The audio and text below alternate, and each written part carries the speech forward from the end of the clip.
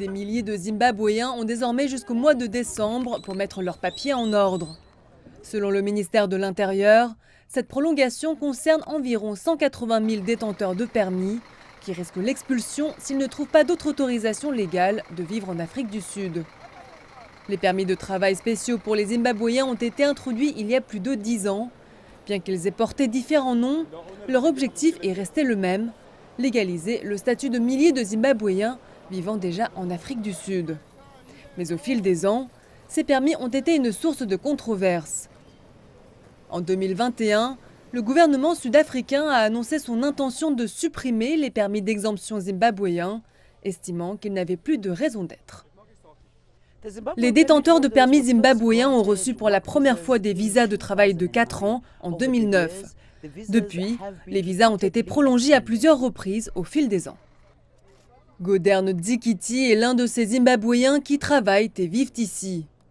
Il est arrivé en Afrique du Sud en 2009 pour y chercher un emploi. Goderne Dzikiti est un comptable agréé et travaille dans le secteur de la finance.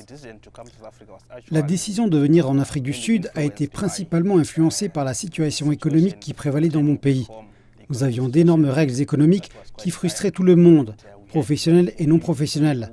En tant que professionnel, j'ai donc décidé de quitter mon pays d'origine pour me rendre en Afrique du Sud pour des raisons économiques, afin d'essayer de gagner ma vie en trouvant un emploi ici. C'est d'ailleurs la principale raison qui m'a poussé à quitter mon pays d'origine. Goderne Dzikiti et sa famille sont désormais confrontés à un avenir incertain. C'est un problème pour la simple raison que nous n'avons pas, ou que je n'ai pas, de plan clair pour l'avenir, pour ma famille et pour ma carrière.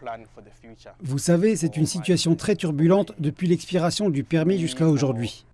Certaines organisations non gouvernementales ont tenté de persuader le gouvernement sud-africain d'interrompre le processus de suppression progressive des permis et d'envisager plutôt d'accorder la résidence permanente aux détenteurs du PEZ. Lorsque le ministre a annoncé l'annulation du PEZ, nous nous sommes engagés auprès de lui et de son département pour l'informer de l'ampleur de la crise humanitaire qui en résulterait de son impact non seulement sur les personnes titulaires d'un PEZ, mais aussi sur leurs familles.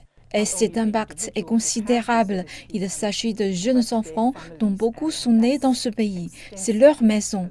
Quelles seraient les implications d'aller dans ce qui serait un pays étranger pour eux et un système scolaire totalement différent?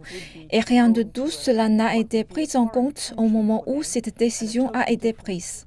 La prolongation du permis signifie qu'aucun détenteur du PEZ ne peut être arrêté, détenu ou expulsé avant la nouvelle date limite fixée.